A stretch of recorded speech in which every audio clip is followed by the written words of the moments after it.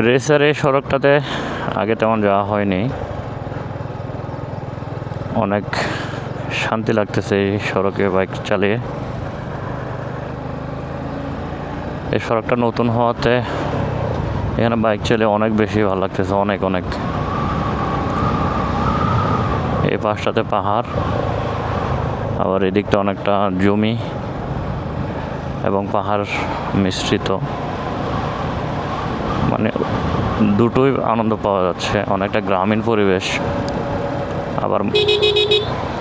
আবার মনে হচ্ছে পাহাড়ে আছি, পাহাড়ের মানুষ পাহাড়ে আছে ওরকম।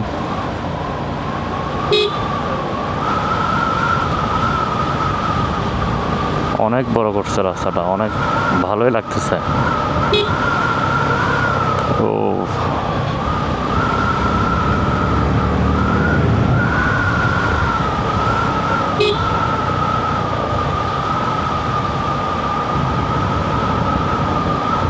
এই সমস্ত সড়কে আসলে বাইক রাইডিং করে অনেক বেশি শান্তি লাগে। দেখেন একদম কি ঠান্ডা।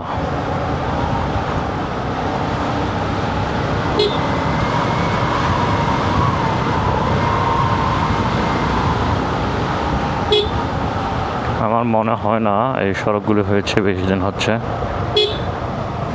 এতই সমান এবং নিখুঁত। খুব ভালো লাগতেছে। আমরা আসলে পাহাড়ে বাইক রাইডিং করতে করতে এরকম গ্রামীণ পরিবেশে যখন হঠাৎ দেখতে পাই, আমাদের মনটা অন্যরকম শান্তি হয়ে যায়।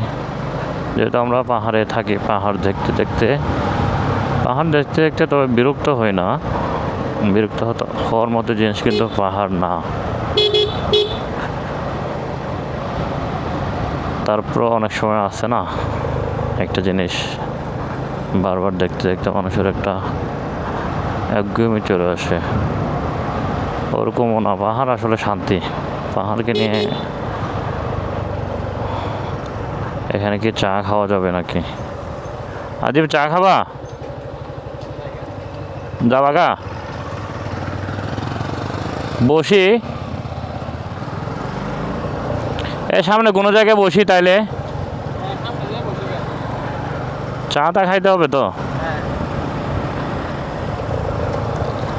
আমার সাথে রয়েছে ছোট ভাই আদিম এবং ওমর ফারুক তামরিন। কানাপাড়া চলো।